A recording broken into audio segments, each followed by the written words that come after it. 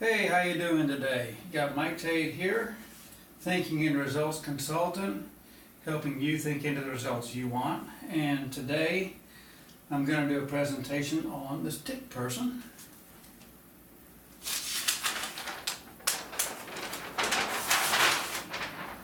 First thing we're going to talk about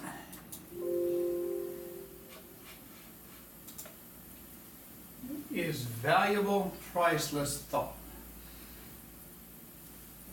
Of course, in our minds and in our daily lives, we have thought. We have ways that we think about things, and our thoughts come from many different places. They come from sensory, so we're talking about sight, hearing, smell, taste, and touch. And we also have conscious thought. Conscious thought can be divine thought. It can be divine ideas. It can be, that idea that seems to come from nowhere. And then you can originate your own thought, and your own thought can be thought that, for imagination, you can imagine pictures, put things on the moving screen in your mind. You can be planning something, like planning a road trip. You can solve problems using what you've learned. That's where the conscious thought comes in.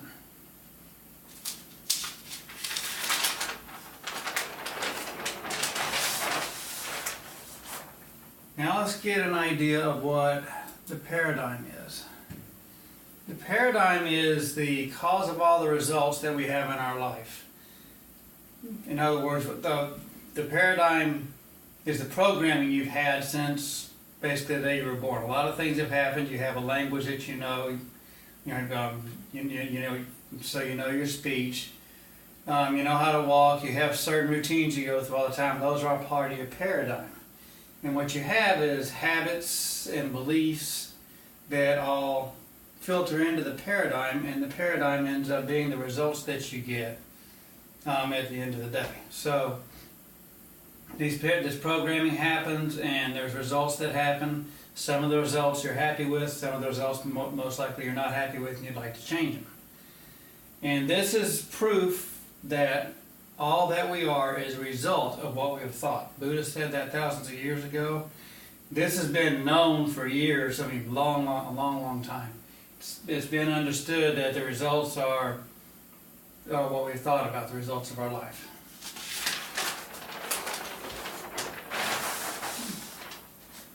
So let's talk about the mind for a moment. The mind is where the paradigm lives.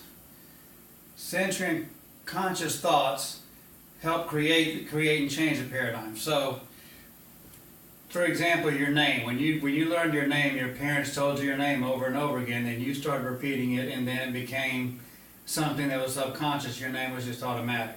The same thing happened with walking. You learned how to do that. Again, language, your speech, all those kind of things are things that are part of your paradigm and part of things you do without having to consciously think about them.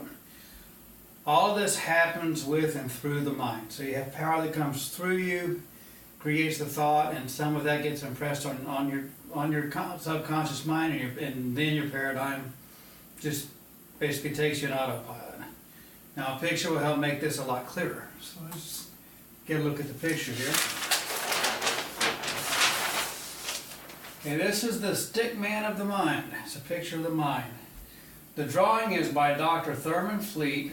He first drew this in 1934 because his point was in the healing arts that he believed that you have to heal the whole person, not just the physical symptoms of whatever's wrong. And he said until we heal the whole person, there won't be health. To some extent, that's even true today. The doctors in some cases still only treat the symptoms. They don't treat the mindful part of the person, and the person never really gets healthy. And this drawing was introduced to me by Bob Proctor, who's my mentor, and who's taught me a lot of what he knows about human potential in the mind.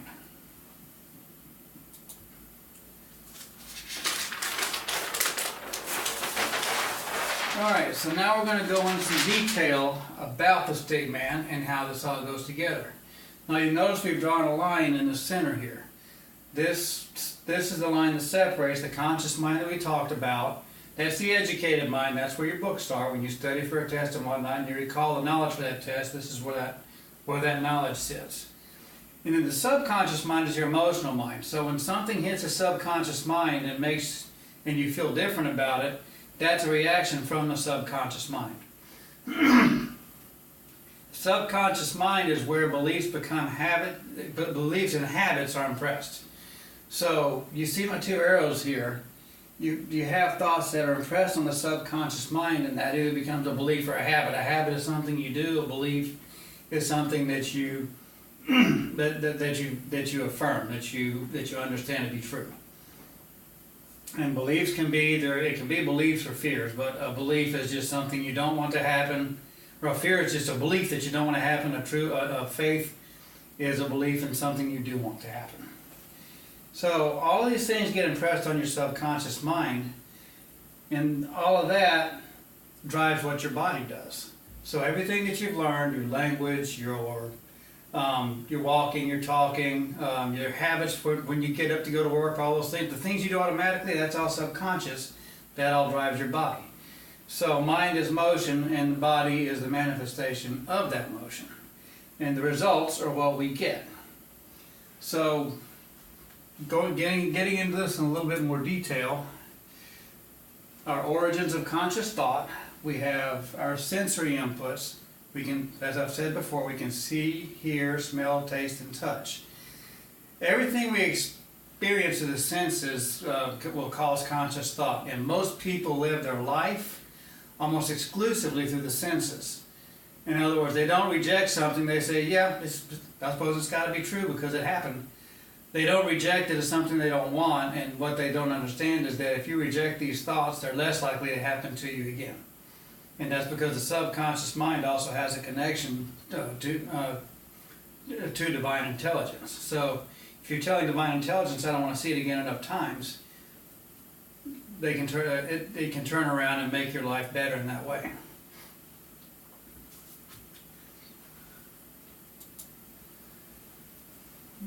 So the divine thoughts, as I mentioned earlier, we talked about how those are inspiring ideas that seem to come from nowhere. These are the ideas that end up changing humanity. Think about Microsoft, for example. Think about Starbucks. Howard Schultz had an idea for Starbucks. Starbucks started out as a thought, and now look at how huge the chain is. Bill Gates had a vision in his mind of a computer in every home. He founded Microsoft. He co-founded Microsoft. So looking at how powerful ideas can be, it makes sense that you should choose your thoughts and choose them wisely. The things that inspire you, you keep them. The things that you don't want to know about, just go ahead and let those things go. You don't want them. Man has the ability to reject or accept thoughts with the thinking mind. Most people don't choose thought in such a way, and as a result, their life's a reflection of it. They inundate themselves with information. They watch every piece of news they can, and you hear them talking about how terrible this is, how terrible that is. But that's not how you really want to live. You want to select your thoughts. Say, I'm not interested in this. I'm interested in that. This doesn't feel good. I'm going to let it go. This does feel good. I'm going to stay with that. And any thought can be impressed on the subconscious mind. So if you think about something that's bad long enough, it's going to be impressed on your subconscious mind, and it's going to be a bigger part of your life. So do your best to think about the things that you do want, and also do your best to let go of the things that you don't want. Every single subconscious belief that you have were simply thoughts at one point. Think about that. It all started out as a thought. And it's very important to understand that if a person rejects a thought before it gathers too much influence on them, it will not be impressed as a habit. Once a thought has been impressed on the subconscious mind, it becomes a belief or habit. And at that point, it becomes part of your paradigm, and it goes into your results. And it requires a lot of thought to change. So if you have something you're not doing, you need to make a bigger, more present habit to change that. So you need to impress on your mind many a time the new behavior that you want, to replace the behavior that you don't want. So that's my presentation on the Stickperson. I hope you all enjoyed it, and have a great rest of your day. Thank you.